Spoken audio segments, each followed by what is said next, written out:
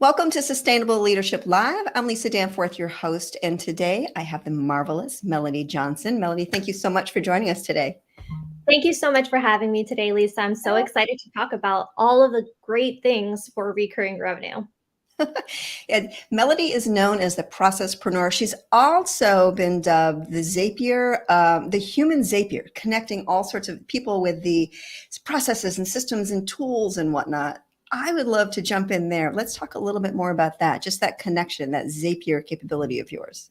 Yeah, Lisa, and we had such a great conversation about, is it Zapier? Is it Zapier? How do you say it? Tomato, tomato. Exactly. At the end of the day, I really believe that I want to connect people, just like my favorite tool, Zapier, to people, processes, and tools that'll save time and energy in your life and in your business. And so a lot of the times when I find folks are joining in their business, they're either looking for a way to revisit their processes. For example, I was just chatting with you, Lisa, all about how I create a process and workflow for my virtual assistant to help me sustain my ongoing marketing efforts. And then two, as far as tools go, sometimes it means that we're looking for tools to accomplish a goal to automate and save time. Because if we were able to take, let's say, an hour out of our week to save 20 to 40 hours for a year, it would be a significant time savings. And also, we can revisit some other efforts in our business to generate more revenue, more sales, and make more valuable referral connections. So people getting them into the right sort of team and also the right tools and systems. So that's what I would say is my favorite thing about being the connector. Systems and processes can be sexy and profitable, really, is what I just heard, which is just, and it makes our life so much easier. Why do we stop? Like you said, it could take you an hour up front, but you save so many hours on the other side. What is it that gets in most people's way to truly set up the systems? Is it they don't have the support system to do it? They don't know how? Yeah, I think that a lot of the times we're very much in our heads. And I was just chatting with you about the fact that if I were to do an audit on how much time it takes me to accomplish a task, it would probably astound you and me and probably a lot of my colleagues to realize that all of the time that we spend on these minute tasks, admin wise, graphic wise, for our marketing efforts, or for other means of following up on emails, can really take time away. And we get so accustomed to actually doing things on our own. And so much of my life has been realizing it's okay to ask for help. It's okay to follow up with people and say, can you take this off my plate? And just recently had a really great conversation with a colleague, Lisa, all about how often I find even me telling other people, hey, I need you to take off your plate. Let me take care of that for you. I find that I'm doing that too. I hold on to these tasks because I think, oh, it's going to actually be faster if I accomplish this. But in reality, what I need to do is just take a step back and realize, no, it's actually going to be long-term growth if I remind myself that these tasks are prohibiting me from doing the things in my business that will move or drive the needle forward. We are all investing our time rather than spending it when we can set up those systems, right? So that we've got the ROI on it, but we need to connect to that ROI.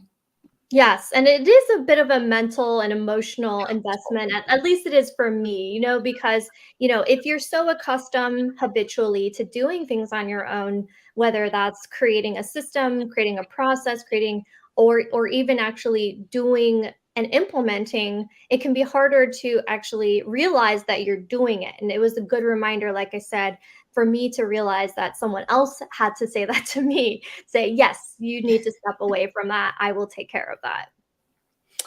Let's talk retention. That really is the recurring income really helps us be more sustainable and be able to serve people at a higher level.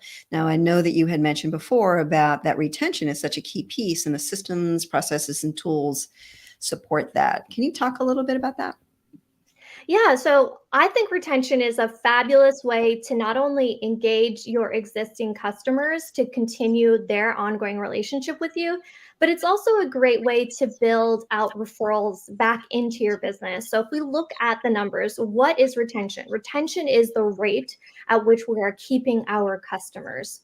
The opposite of that is churn, which is the rate at which we are losing customers. So if you have an agency, you have a subscription-based business model like a group coaching program or a membership, or maybe you have an agency. Those types of businesses really rely on that recurring revenue. And there's actually a study that was conducted that indicated that new customers actually cost 5 to 25 times more than Ooh. existing customers. So talk about a big bottom line. And as we kind of see, Lisa, with Facebook advertisement, Google ads, and Mhm. all these different platforms, they're getting more expensive to acquire customers. And therefore, it just makes financial sense for people to keep the customer they already have. And so retention really is the way in which you are creating a program and system and process around keeping your customers engaged. And there's a lot of people already do it, but they don't even know that there should be a plan around this. And so when we're looking at these numbers, we need to evaluate how important it is to not only just get the customers in, but keep them engaged, keep them excited about what you're doing, and then help them become brand advocates so that they can Mm. tell their friends, their colleagues, and then really just become that big fan that you really want to continue working with to help them. And absolutely, those systems support us, right? So because we're showing up consistently, because we're serving them at such a high level, they may not even be aware of it, but they just know that they're cared for. Can you talk about some of the tools? Like, what are some of the ways that people can start implementing these? What are they that they'll be implementing, I should say?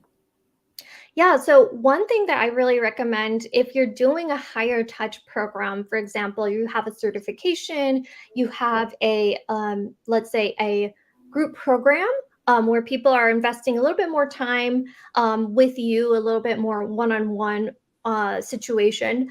I recommend creating some sort of milestone roadmap just for yourself. So, for example, what I think of a milestone is basically a significant event in the customer journey with you. So, obviously, post purchase, somebody's onboarding with you. That first step after they take that leap and they pay you some money, what happens? So, I actually have a video that covers some tools that you can use post purchase and how it maps out in terms of your technology. So, that might look like having an autoplay video orientation immediately post purchase about here's how to access your course, and Mm. here's how to schedule your one-on-one audit, and here's all of the calendar events for your upcoming group coaching program.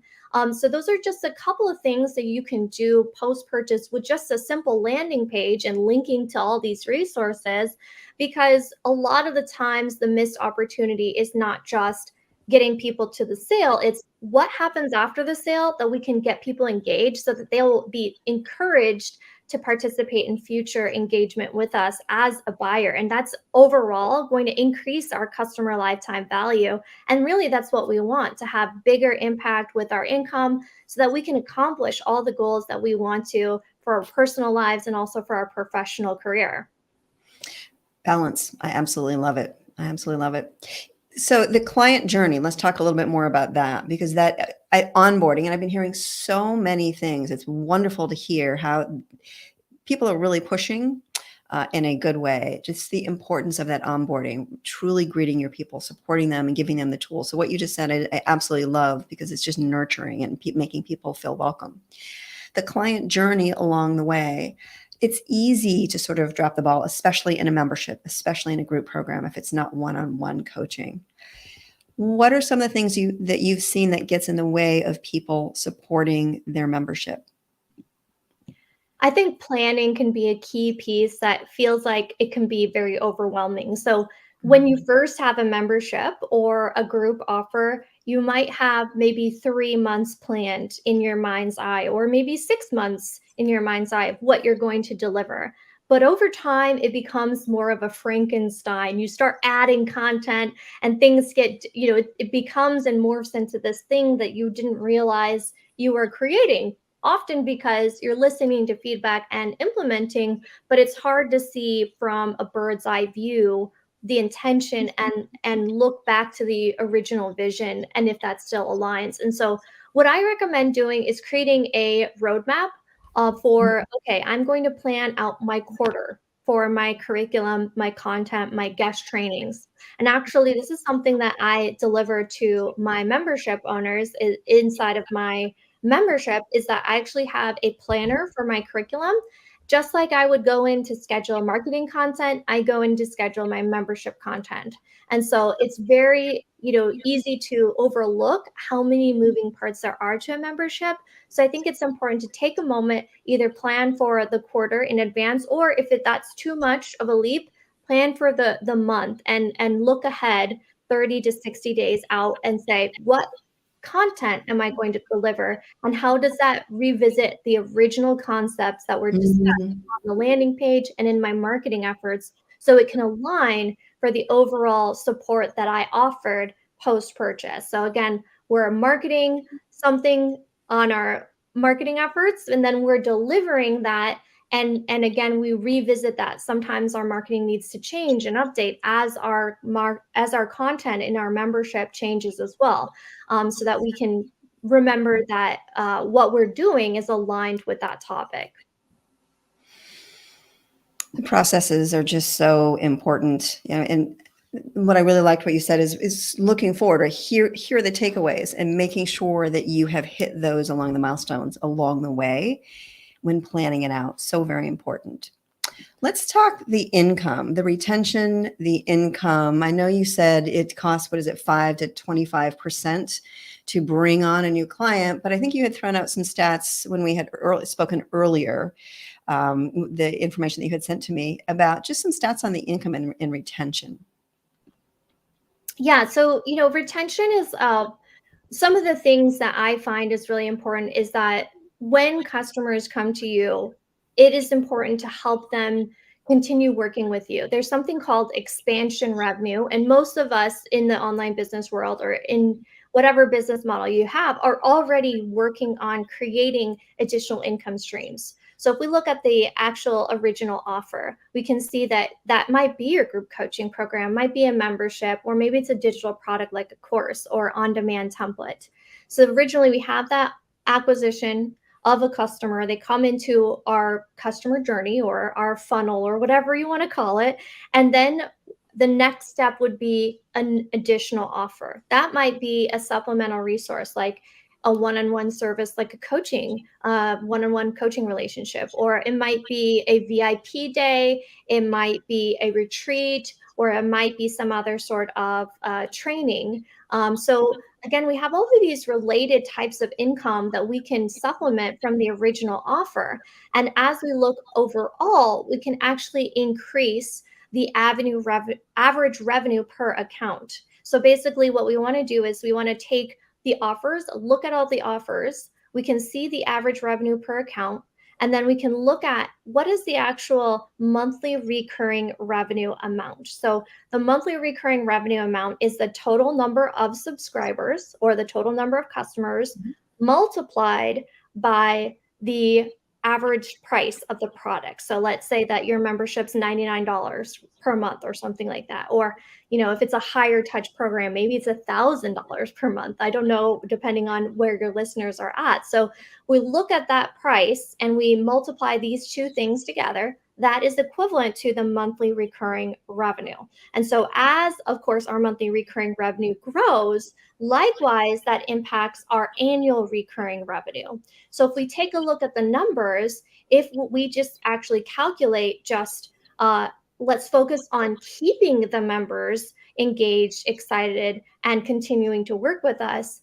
If we focus on that retention, with just a 1% increase in our retention efforts, we can see a drastic shift in our actual income on an annual basis. And likewise, our recovered revenue, which is like the rate at which we can keep and prevent people from leaving the membership if it's not a good fit, or if they just felt they weren't getting the value from it, we're able to substantially increase our revenue. So I know it's a little bit hard for people who aren't like math people, myself included. It can be a little bit overwhelming thinking and trying to calculate this. So I do have some resources that will help you guide through that process of calculating these important numbers.